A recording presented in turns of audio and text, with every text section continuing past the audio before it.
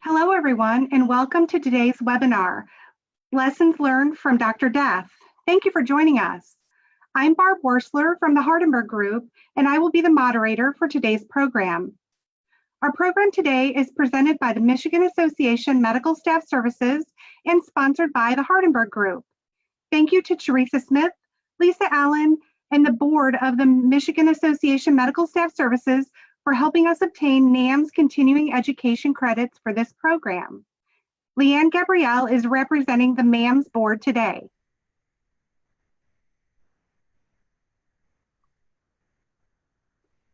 Leanne?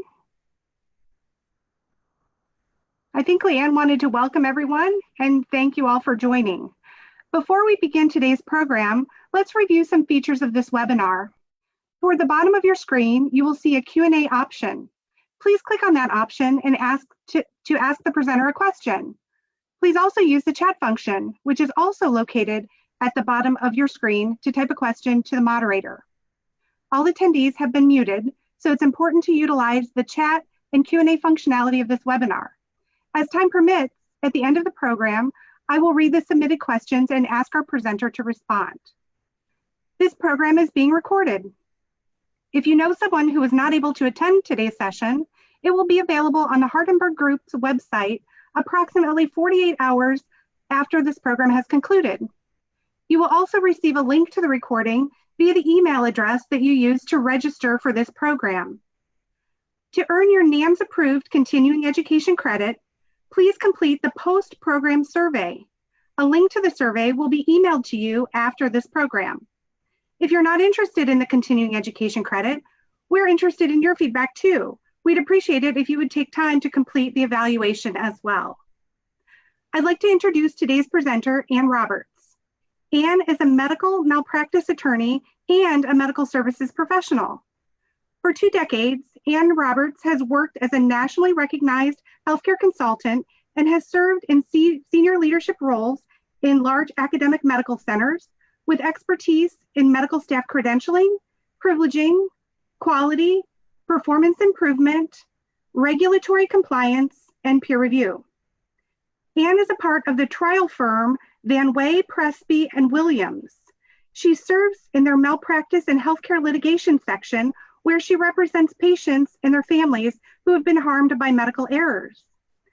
Van Way, Presby, and Williams represented many of the patients who were harmed by Dr. Duntsch, the surgeon that you'll hear more about shortly, and has worked with prosecution to ensure justice was served. Ann, along with Kay Van Way, the founding partner at the firm, and some of the physicians that you'll hear about in today's presentation, continue to do lobbying work across the nation to bring awareness to issues such as Dr. Death in order to impact necessary change in the peer review system. Ann is a duly certified medical services professional and is also the Vice President of Medical Staff Services at Mount Sinai Health in New York City. Ann, thank you so much for joining us today. I'll now turn the program over to you. Welcome, Ann. Thank you. I am excited to be here today to talk about this exciting case and a very unfortunate case. So we're just going to dive right in. I appreciate everybody attending, and I look forward to answering questions after the presentation. So when we start talking about, this was a promising young neurosurgeon who was recruited to the Dallas Metroplex. The community welcomed him with open arms. During the 2 years that he practiced in the Dallas area, he operated on an estimated about 38 patients. And of those, 33 of those 38 patients had almost unheard of complications: debilitating pain, misplaced hardware, paralysis, and death. He himself referred to himself in a letter to an ex-girlfriend as a stone cold killer, something that was discussed during his court hearings. In 2015, he was arrested for aggravated assault and injury to an elderly person, which in Texas is a felony count. In 2017, he was convicted and sentenced to life in prison. And in 2018, the Dallas Court of Appeals upheld his conviction in a 2-1 split decision. It took the criminal justice system, not the healthcare system, to stop him. How did this happen? And what can we as healthcare executives, healthcare providers, healthcare attorneys, medical staff professionals, and patient safety advocates? What can we do to try to ensure that this does not happen again? So if we take a step back and we say, who was Dr. Death? Christopher Duntsch. He had his sights set on a career in football. And when that didn't work out, he chose to pursue a career in medicine. He was a rising professional. He graduated with a dual degree and an MD and PhD from the University of Tennessee. He also did his neurosurgical training and surgery training at the University of Tennessee, focusing on a minimally invasive spine fellowship. He was heavily involved in research at the University of Tennessee. He developed a company called Duntsch, which was focused on growing disc stem cells for use with back injuries. And after completing his training in 2011, he was recruited by the Dallas Minimally Invasive Spine Institute. For anyone who would look at this summary, anyone in healthcare who does credentialing, physician recruitment, this would look like a very promising new neurosurgeon. So we start talking about the early signs that there was something wrong. During his residency, the program received a report from a woman who claimed that she witnessed Dr. Death participating in an all-night drug-fueled party. He was doing cocaine and LSD, but then he headed to work in the morning and participated in early morning rounds. According to reports, he actually refused to take a drug test when this was brought to the attention of his training program, and he disappeared for a few days. The university sent him to an impaired physicians program and was supposed to closely supervise his practice. Duntsch, the company that he started, two of his supervisors in his training programs actually became some of the first investors in this company. The partners allegedly became wary of him over time, as they described seeing him mixing vodka orange juice in the mornings prior to meetings. He was eventually forced out of the company. And a former friend in an interview actually said that he doesn't believe Dr. Duntsch actually ever intended to become a practicing neurosurgeon, that during his training, all he talked about was going into the research component of neurosurgery and really flourishing and building this company. When he was forced out of that company, his plans changed. So as we go through this presentation, we're going to break down all of the system failures and talk about things that should have been recognized, or some best practices that can be implemented to ensure that organizations implement changes to ensure that they do what they can to prevent this from happening again. If we look at failure number one, ethical questions arose related to his supervisors investing in a company that he developed. Why was this conflict of interest allowed by the university? Compliance programs in all healthcare organizations require that leaders and physicians and others in leadership roles disclose any types of potential conflicts of interest, including and especially those that may have a financial impact or financial conflict of interest. Organizations need to make sure that they're evaluating those conflicts of interest closely and ensuring that they are not an ethical violation or any other violation that may include any type of kickbacks or favoritism and so forth. So we consider that failure number one. Failure number two, when he was released from and successfully completed his rehab program or physician impairment program, his training program was supposed to be monitoring him very closely. And if that occurred, how then would it have been possible for colleagues to have witnessed him mixing vodka orange juice so openly in the morning? And why did they not act? And failure number three, a partner from Duntsch allegedly found cocaine and reported to others that he found cocaine in a desk drawer at Dr. Duntsch's residence. Yet there's no indication that this was reported or that proper action was taken. So as we look at these failures, the comment that, or the advocacy in me that comes out is that all staff have a duty to report. Whenever they see any kind of issues or concerns or these types of glaring red flags, all providers have an obligation and a duty to report these incidents. and leaders within an organization have a duty to act. We all have a duty to patient safety, and this would have been something that should have been reported and immediately acted upon. Failure number 4. The ACPME requires over 1,000 surgical procedures per trainee before they can complete their surgery and neurosurgery training and their minimally invasive spine surgery training. Records show documentation of fewer than 100 surgeries were performed by Dr. Duntsch during his training. The reports indicate that he was so focused on his clinical research that his supervisors were encouraging that part of his training versus the surgical training that is required by the ACGME. His supervisors reported that he successfully completed his training program. In verifying the completion of education and training, hospitals rely on the programs to enforce the ACGME requirements and to ensure that trainees are qualified and competent before they graduate. Hospitals who go back to the organizations and the universities to verify training, they shouldn't have to verify that sufficient cases were completed. Hospitals should be able to rely upon the training programs to do their due diligence, to comply with regulatory standards, and to ensure that their trainees are qualified and competent before they indicate that they've allowed them to successfully graduate.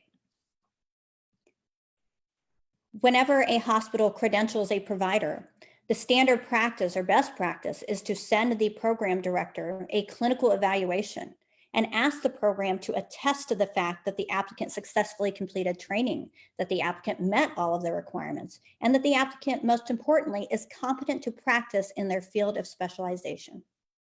So there is a lot of onus and a lot of responsibility on the training program.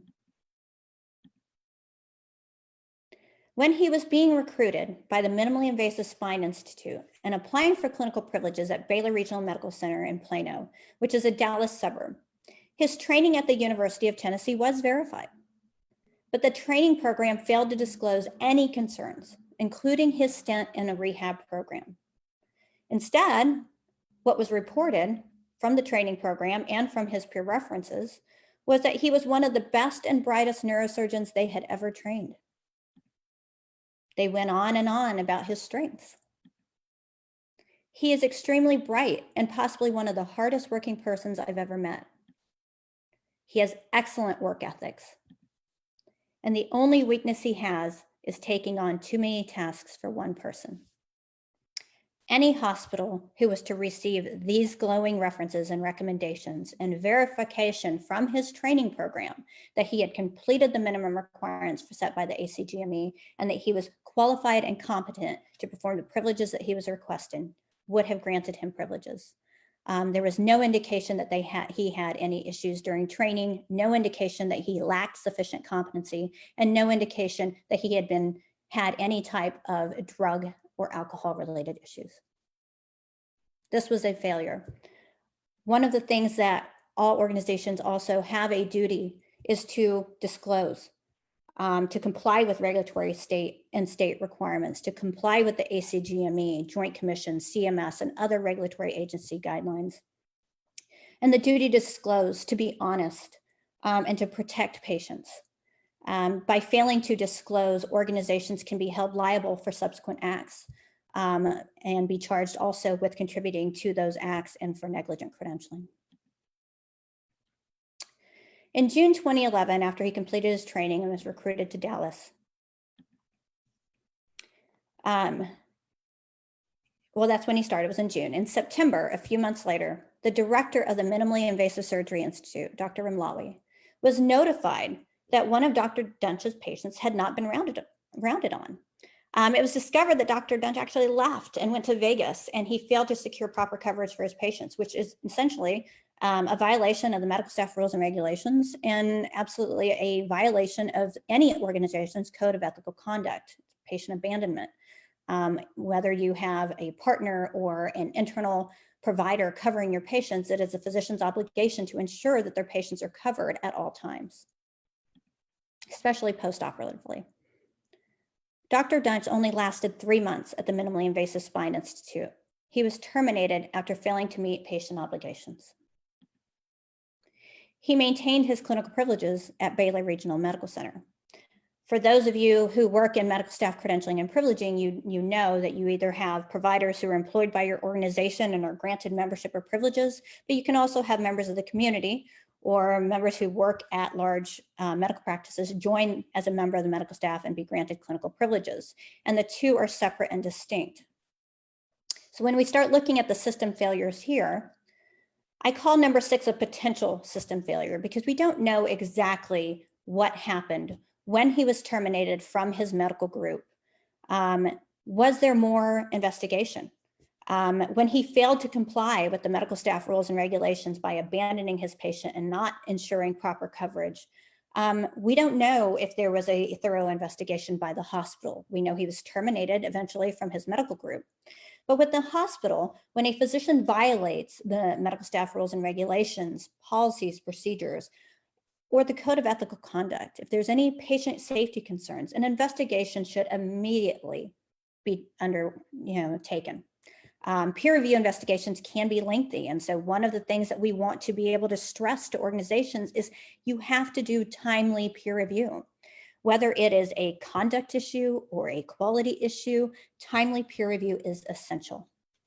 We don't know here whether or not further action was taken if an investigation was done, but we do know that he was continued to allow to see patients. His privileges went unrestricted. Another issue was when he was fired from the Minimally Invasive Spine Institute. At that time, physicians are required to disclose to hospitals where they hold clinical privileges, usually within a 5 to 7 day window, if their practice anywhere has ever been restricted in any way. That would include being terminated from your employer.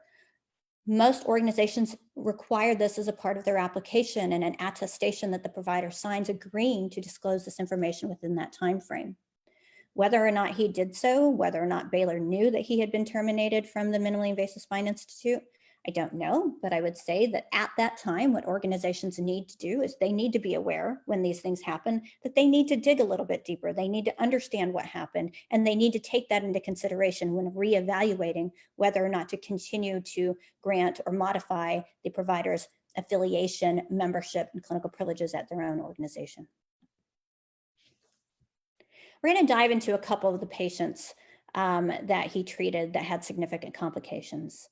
The first patient, Lee Passmore, and this is an excerpt from an article that was published in ProPublica titled "A Surgeon So Bad It Was Criminal."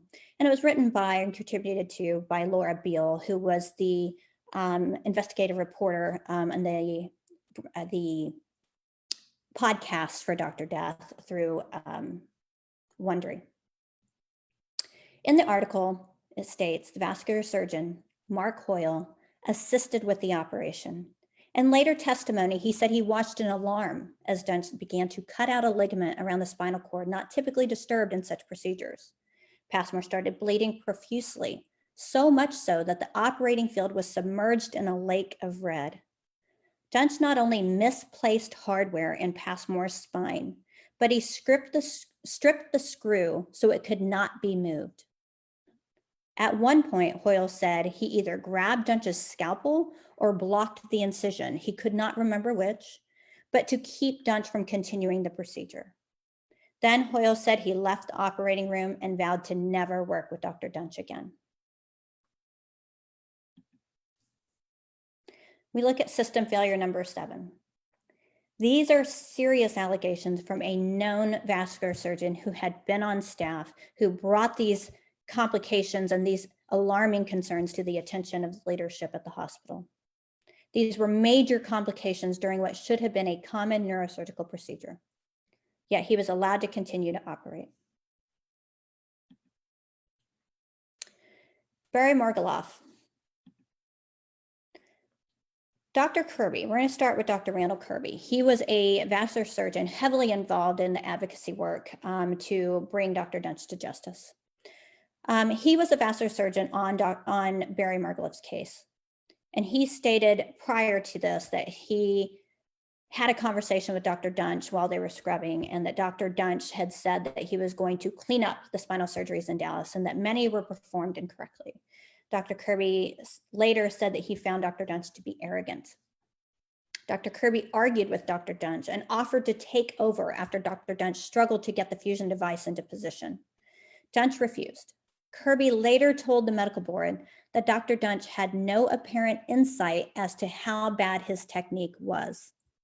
In fact, during his trial, it wasn't until other neurosurgeons testified and went through in detail the complications and errors that they identified or were called in to subsequently fix that they said that it seemed that Dr. Duntsch finally recognized that his quality was below standard of care. The patient needed a second surgery to help correct the damage that was done by Dr. Duntsch, as there were bone fragments left in his spinal canal. He suffered excruciating pain, and over time, as the scar tissues continue to impact his range of motions, doctors anticipate that he will be in a wheelchair. Dr. Kirby later wrote to the state medical board, and he claimed that he was in disbelief, indicating that Dr. Duntsch's performance was pathetic and that he was functioning at the level of a surgeon in training. We look at system failure number 8. These are, again, very serious allegations from another known vascular surgeon. For the second time, these are major complications during what, again, should have been a routine and common neurosurgical procedure. There's a clear pattern now of issues related to professional competence and conduct, yet he was allowed to continue to operate. Again, when you see this occur, typically it is because organizations are not conducting prompt investigations and prompt peer review, and they're taking too much time to research these allegations before they take prompt action. And that is one of our biggest takeaways, is making sure that organizations are conducting timely peer review immediately when an issue is identified, especially when you have known vascular surgeons or known members of your medical staff coming to your administration telling you that these are alarming concerns. Jerry Summers.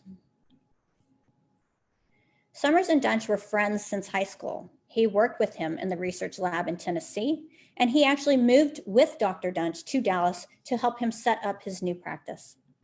He was essentially his office manager. A football injury was exacerbated after a car wreck, which left him in constant pain. Dr. Duntsch damaged his vertebral artery, causing him to have significant blood loss, 10 times the normal amount for this procedure. He then packed the space with so much anticoagulant that it compressed the spine. Mr. Summers woke up a quadriplegic. He subsequently told the nurses that he and Dr. Duntsch had been doing cocaine the night before surgery. He later retracted this statement, but it was his way of bringing to attention to the caregivers and to anyone who would listen that Dr. Duntsch was a danger. When we start to look at the peer review investigation that was performed, he underwent a 2-week investigatory suspension after this many complications, instead of after the first one. He was drug screened and passed. He had a psychological evaluation. Review of cases identified that there was failure to use proper imaging to detect prior nerve damage in Mr. Summers, which resulted in the complication. Dr. Duntsch later called it a rookie mistake. He was reappointed at Baylor for 1 year rather than the standard 2-year appointment. His clinical privileges, however, were reinstated without restrictions.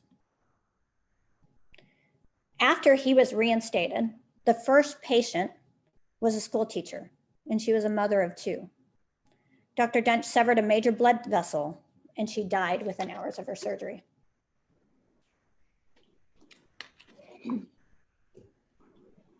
He had another drug screen performed. It was found to have been diluted with water.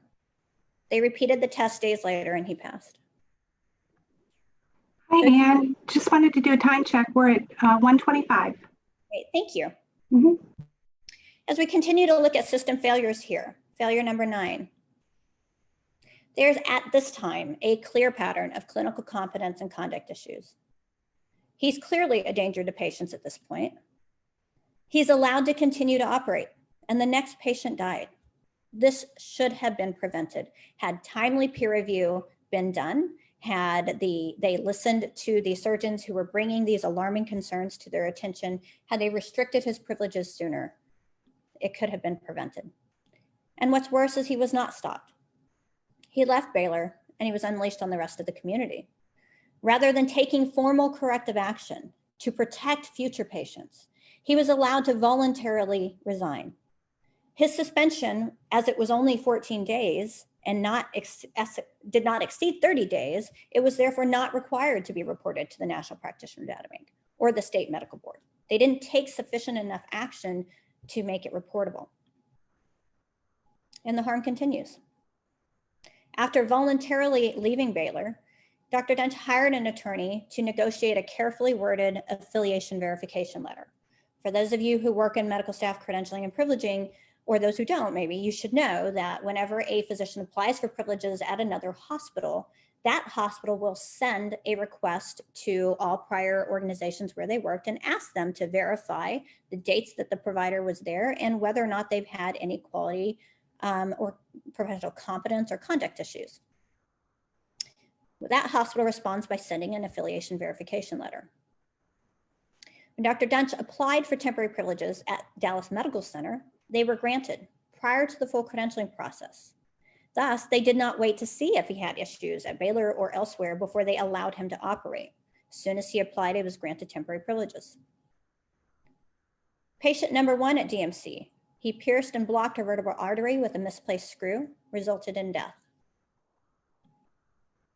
Nursing staff reported that he seemed disheveled. He was wearing the same scrub for 3 days. He had pinpoint pupils.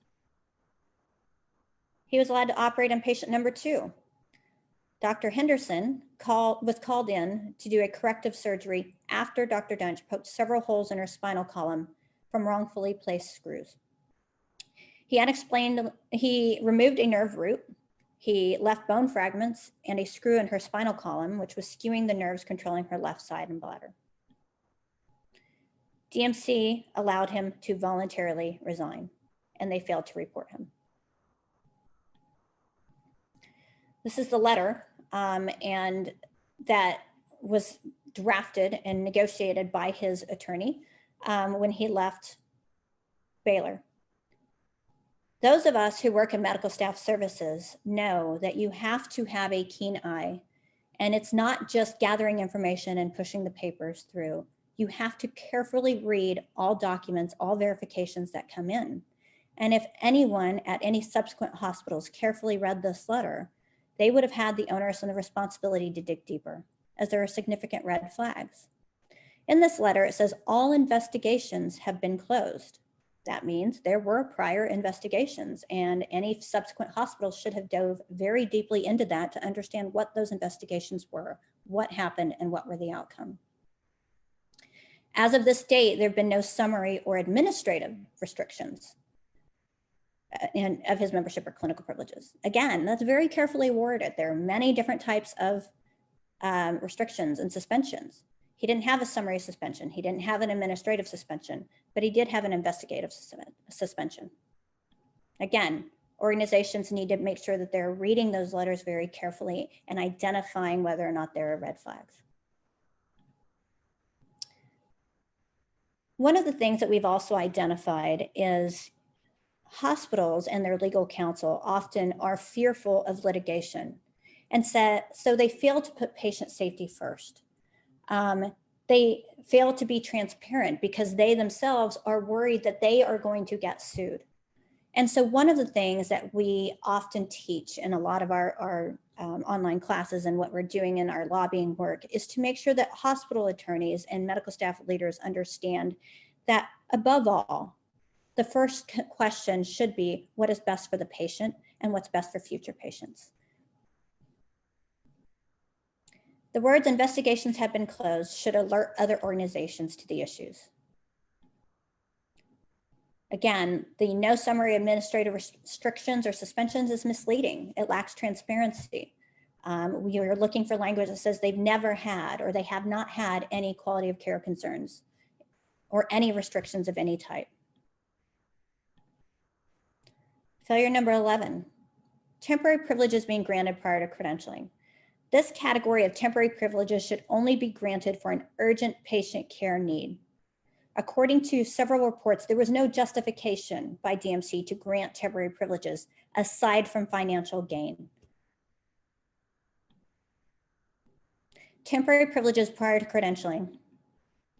Had they done their due diligence and had they contacted Baylor or sent competency evaluation to the chair at Baylor, as is the standard practice, these patients could have been protected. Had they known and done a further deeper dive into what those prior investigations were at Baylor or contacted some of the other surgeons who had filed these complaints, then they would have been able to help these patients at their facility instead of granting temporary privileges. When you look at failure number 12, the first case was performed by a surgeon with temporary privileges. He had significant complications, yet he was allowed to continue with a second procedure. The second procedure should have been rescheduled or reassigned to another provider. His temporary privileges should have been immediately terminated while they conducted an investigation, because the outcome of the first case was death. It was so severe, so significant that it should have immediately raised flags, and they should have immediately terminated his temporary privileges or immediately conducted a peer review investigation. The staff who witnessed his disheveled and concerning appearance could have stopped the procedure. They could have requested leadership to intervene or taken several other measures. That piece can be very challenging, and especially in an OR where you have a surgeon who leads the case. And it can be very intimidating for staff to speak up, to stop a case, to take other measures. But they can escalate to leaders who have a duty and an obligation to take immediate action and put patient safety first. Failure number 13. Dr. Duntsch was again allowed to voluntarily resign, despite these horrific patient safety complications, concerns, and death. He was not reported to the NPDB or the state board, since DMC failed to take appropriate corrective action. Other surgeons finally take action.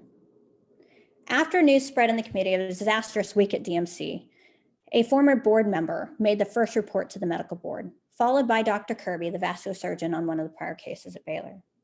After being called in to clean up the last case, Dr. Henderson made it his mission to stop Duntsch from operating. Dr. Henderson is a neurosurgeon who was called, he cleaned up the case. He truly, and he serves on a patient safety lobbying group with me. And when I spoke to him, he said he truly, truly believed that this had to be an imposter, that this person did not have the skill set to be a neurosurgeon. He looked as if he had maybe a year or two of training. And then he called the program in Tennessee. He was so concerned that it was imposter that he sent them a photo of Dr. Duntsch and asked that they verify his identity. And it was only then that anyone learned that Dr. Duntsch actually had prior substance abuse issues. Dr. Henderson then called the officials at Baylor Plano, and he called the state medical board. Despite numerous complaints to the Texas Medical Board by several surgeons in the summer of 2012, he continued to practice and no action had been taken by the state board. We've talked about the importance of hospitals conducting timely peer review. The same thing applies to medical boards. When they receive complaints, it is so important that they conduct a timely investigation and protect patients. 6 months later, after assuming that the state medical board took appropriate action, Dr. Kirby's called to see a patient who had a botched surgery at a surgery center in a nearby suburb of Frisco. The surgeon had cut her vocal cords and one of her arteries. Dr. Kirby was shocked to learn that it was Dr. Duntsch and that he was still practicing. After hearing about the case, Dr. Henderson again contacted the state board, urging them to take action. A hospital in another Dallas suburb denied Dr. Duntsch's request for clinical privileges due to substandard and inadequate care that occurred at Baylor. Finally, a hospital did the right thing and reported this to the NPDB. In May of 2013, almost a year after the surgeons reported Dr. Duntsch to the state medical board, Dr. Kirby receives an invite from yet another Dallas-based hospital, University General, to meet our specialist, Dr. Duntsch. Dr. Kirby immediately contacted them and he stated he was livid. Failure number 15, there are questions regarding the surgery center that granted him privileges to operate at their facility. Many ambulatory surgery centers particularly those that are privately owned versus those that are owned by a healthcare system, tend to lack proper credentialing and privileging processes. Failure number 16. Despite knowing that Dr. Duntsch had a history of poor patient care outcomes, University General chose to put profits over patient safety and allowed him to operate on patients. He would continue to have significant complications, further ruining more lives. Finally, action is taken. Dr. Kirby sent a scathing letter to the Texas Medical Board stating, "Let me be blunt. Christopher Duntsch is an impaired physician, a sociopath, and must be stopped from practicing medicine." Frustrated by the inaction of the Texas Medical Board, Dr. Henderson and Dr. Kirby went to the district attorney, believing that his acts were criminal in nature. The medical board finally suspended his license in June of 2013, 2 years after he started his practice, 2 deaths, and 32 major complications. He's finally stopped. He lost his license in December of 2013.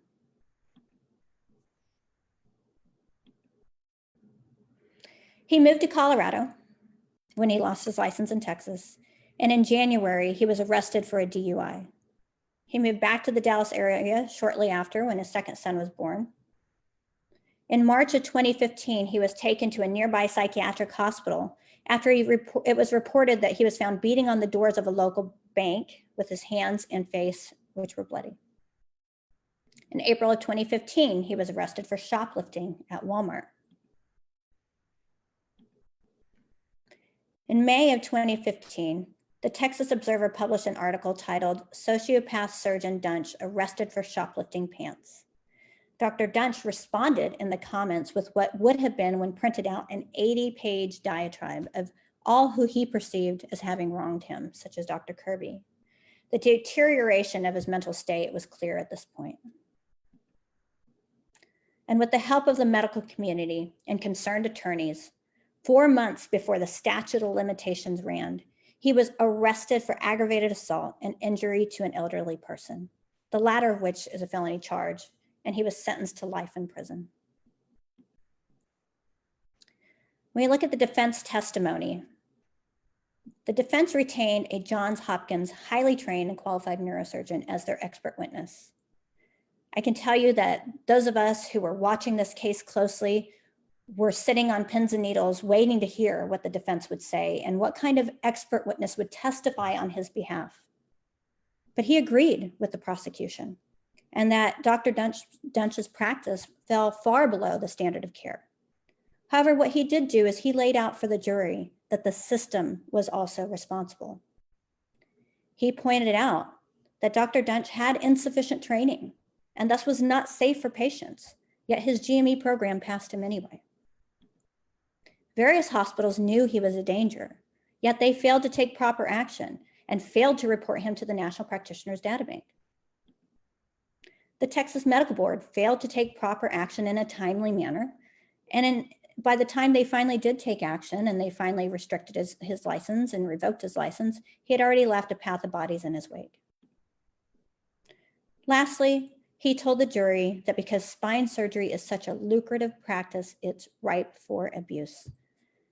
As an attorney, I can tell you that I have been asked to look at several cases just over the last year, and it's so disheartening to see how many allegations of unnecessary surgeries are being performed where people are putting profit over patient safety. So it is absolutely ripe for abuse. So in conclusion, when we look through all of these system errors, we always want to remind everyone that patient safety should always come first. That hospitals, care providers, and individuals have a duty above all to protect patients. When concerns arise regarding a provider's clinical competence or conduct, immediate action should be taken to investigate those concerns and to address them properly. Failure to conduct proper peer review and failure to take proper corrective action, including action that's reportable to the state board and NPDB when warranted, is a breach of that duty. Allowing someone to voluntarily resign rather than taking the proper course of action to protect patients and future patients is a breach of that duty. Failure to disclose to other organizations when there are concerns related to clinical competence or conduct of a provider, again, is a breach of that duty. And putting profit over patient safety, or letting the fear of a potential lawsuit prohibit you from doing the right thing in your organization and providing the appropriate disclosures or taking the proper corrective action, again, is a breach of that duty. So patient safety first. Barb, I will turn it over to you for questions. Thank you, Anne. Thank you for such an amazing presentation. You've just reminded all of us why we got into this business. You're so right. We are here to protect patients first and foremost. So thank you to everyone who have submitted questions. We've got some great ones. The first one, we'll give Anne a moment to catch her breath. Our first question is about credit for those who are not able to attend the session live. If you do watch the recording on the Hardenbergh website, there are instructions, or there will be instructions on the website about how to obtain continuing education credit for watching the recording. So we're very pleased to be able to offer that to each of you in conjunction with the Michigan Association of Medical Staff Services. So Anne, our first question is, how much liability did the training program end up with? So, that is a really good question. Bob Henderson and I actually had this conversation less than 3 months ago. And I honestly cannot speak to that. I do not know what action was taken by the ACGME. I do not believe there has been any legal liability attributed to the program. I believe there should be. I do believe that question is still being debated. I think it's still being looked at. And I do know that there have been individuals who have submitted letters to leadership at the university, to the ACGME and others in regards to this concern. But as far as liability that's been attributed, I can't speak to that. Okay, thank you very much. Similar question, was the university ever confronted or charged with anything for not completing his training and not disclosing his drug or alcohol abuse? Same answer. Yeah. Okay, thank you. Next, as to physician behavioral conduct, is there a duty to disclose, and must hospitals disclose despite risk of reputational claims brought by physicians who may not be able to find employment or be credentialed elsewhere? So I'm going to take that question and break it apart a little bit. One of the requirements for hospitals is that you have a duty to disclose if there are professional competence or conduct issues. You have a duty to report those issues to the National Practitioner Data Bank. And this goes in the same lines of my earlier comment about how a lot of hospitals fear litigation. They are worried about disclosing the information because they themselves feel like they will be retaliated back against by the physician or the provider if they disclose certain information. It's a very fine line that you have to walk. You have to simply make sure that you follow your bylaws, your policies, your procedures throughout the entire peer review process. You need to make sure that you're documenting, that you're doing fair, quality peer review. And when you do that, and you follow those guidelines and you follow your bylaws, then you should have no issues or concerns with reporting and being honest in your disclosures. That's great advice. Thank you so much. The next question is, if his training instructors fawned over him, he might not have ever been told that his techniques were horrific. Is anyone pursuing charges or sanctions against the residency program? That would be the same as question number 1. Okay, thank you very much. Next, go ahead.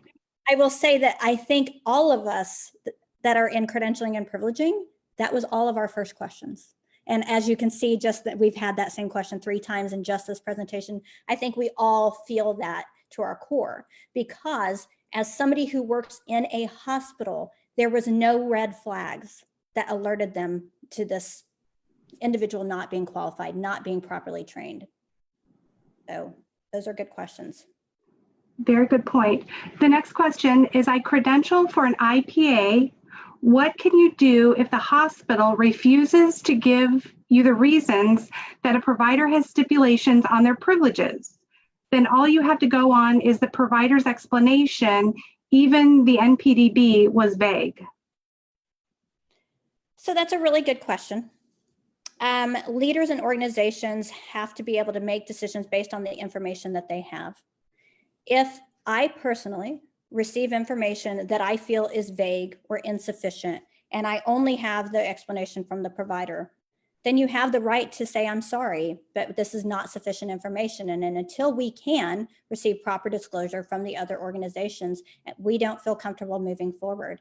And it is a challenging thing because oftentimes you're not going to be able to get more information. And if leadership decides that the information is not sufficient enough to deny the application or table it further, then I would recommend that if you find yourself in that situation, you put very, very, very close monitoring stipulations in place. If you're in a hospital setting, that would be a focused professional practice evaluation that might include direct observation, very close monitoring. Plans and others can also do the same. They can reappoint for a shorter period of time. They can request additional clinical evaluations. So just because, for example, your credentialing policy may say, well, we obtain 3 peer references from X, Y, and Z, it doesn't mean you can't dig deeper. Doesn't mean you cannot exceed your policy. You can reach out and say, well, we would like to receive more information and ask for, other documentation that until they have enough information to make an informed decision that they feel comfortable with, or put processes in place to closely monitor that provider subsequently. Thank you. If a hospital or healthcare group employed the physician, would you still need to disclose this type of information? Absolutely, without a doubt. Okay. What about proctoring? Wasn't the doctor proctored? I can't speak to whether or not he was proctored. I would hope so. I would assume so. But oftentimes hospitals don't have those processes in place. And when they do, oftentimes it's not enforced or closely monitored. Okay. But I do know he was proctored when he was at Baylor. I don't know the answer to that. Thank you. What happened with the negligent credentialing lawsuits against the hospitals? So in Texas, we have a ridiculously high standard, and it's not negligent credentialing. You have to prove that a hospital acted with malice, which is almost impossible to obtain. I will tell you that our firm and several others are working to petition the Supreme Court in Texas to change that standard from malice to negligence. Next, did any others besides Dr. Duntsch face charges in this case? Hospitals, training program, etc. No, they did not, unfortunately. We have a very nice compliment. It says, this person says, great presentation.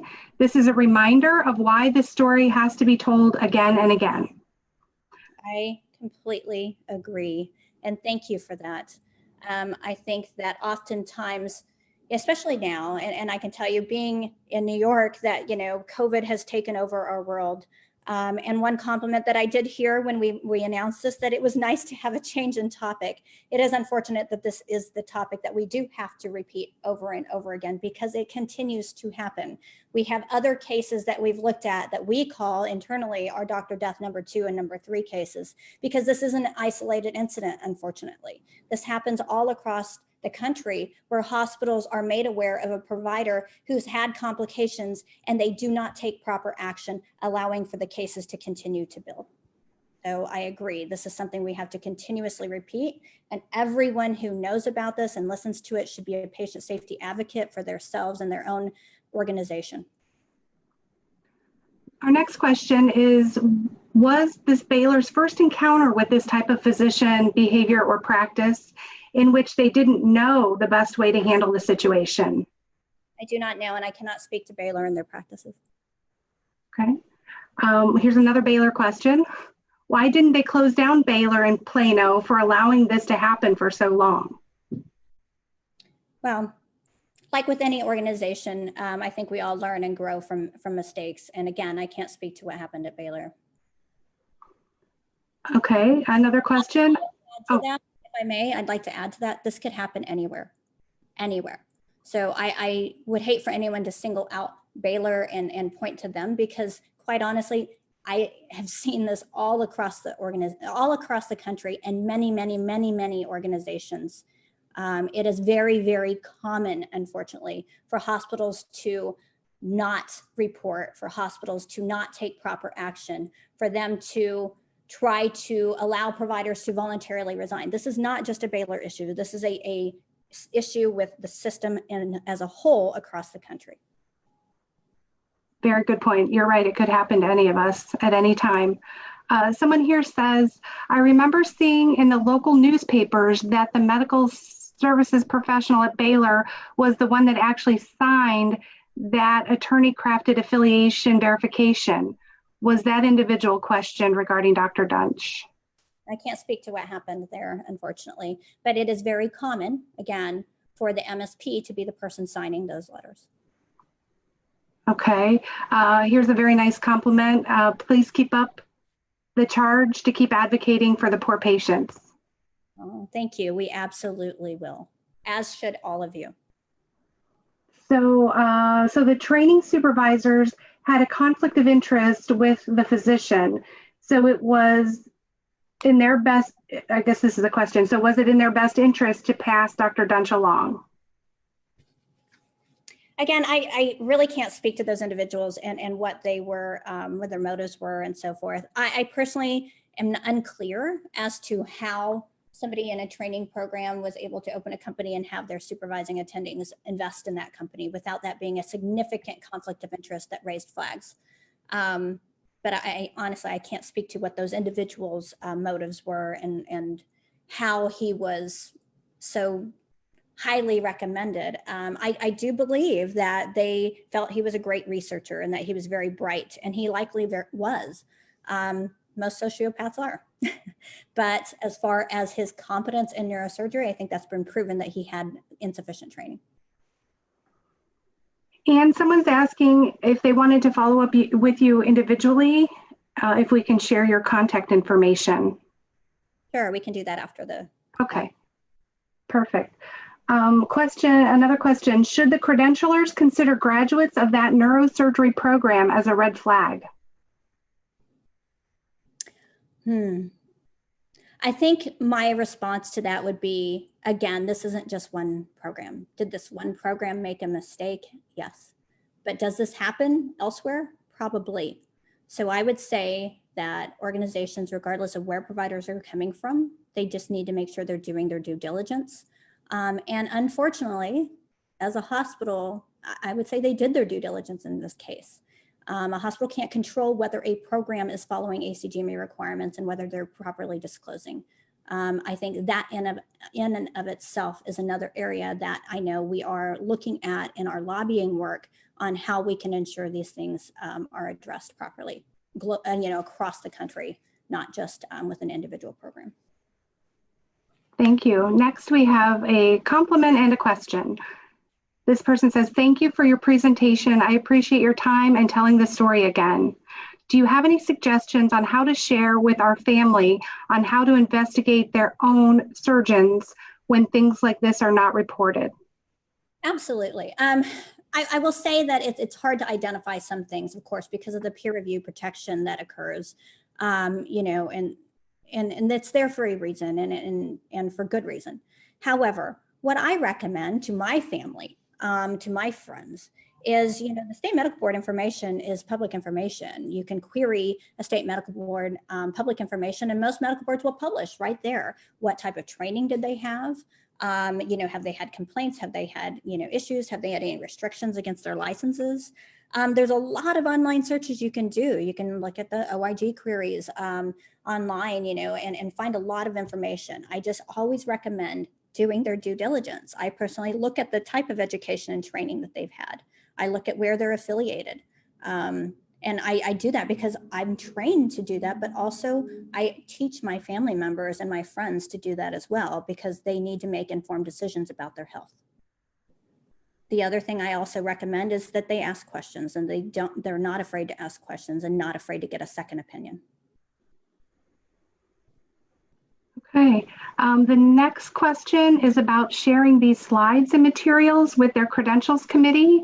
I would just mention that we will have the recording on the Hardenbergh website, and we do not have slides that are printable at this time, but you are certainly welcome to direct everyone to the Hardenbergh group website.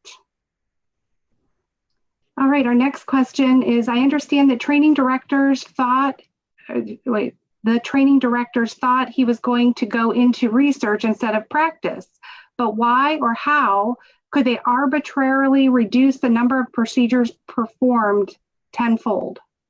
So let me clarify that a little bit. I don't believe his training program directors believed he was solely going into research. That was a comment that was made by one of his friends. He was enrolled in a training program for spine surgery, for neurosurgery, and he should have absolutely completed those required courses from the ACGME. Okay, thank you. And now we have a compliment. This person says, I've worked for Anne in a previous position. She is an expert, and in my book on understanding and digging for red flags and understanding problem files. She has an impeccable eye for this work. I'm glad to see Anne covered this topic. Aw, what a nice compliment. Nice. I hope whomever said that, please reach out to me. Thank you. Phenomenal MSPs in my career, and I've been very fortunate for that. Oh, thank you for sharing that. Just an opinion, NAMSS should partner with accrediting agencies to hire medical staff services professionals to review committee documentation during surveys to assure hospitals are appropriately reporting adverse clinical privilege actions. Unfortunately, the NPDB has never made efforts to assure required reports are being submitted. That is, I can tell you that is absolutely true, 100%. The patient safety lobbying group that I mentioned earlier were Bob Henderson, Kay Van Way, myself, a former director at the OIG, and a former leader at the NPDB. We meet monthly, and we are doing advocacy and lobbying work for that specific reason. The NPDB does not and has not taken proper action against hospitals who failed to report. There is insufficient education for hospitals in how they should handle these cases and how they should report. I can't tell you as a consultant how many times I've walked into a hospital and they're actually not clear on what's reportable and what's not reportable. But the lack of enforcement by the NPDB, which is reports to the Department of Health and Human Services, is something that we are lobbying for change. We want to see change in CMS standards in regards to peer review. We want to see those changes trickle down to the Joint Commission. And then we want to make sure that the NPDB is held accountable for failing to implement the restrictions and the sanctions against hospitals who are failing to perform. 100%. That is exactly what we are lobbying for. And I also 100% agree that MSPs who have specifically trained in years of experience doing credentialing and privileging and quality professionals who have experience in peer review should be the ones participating in those surveys. So thank you for that, because we definitely agree. We are getting toward the end of our hour. I think we've got time for one more question.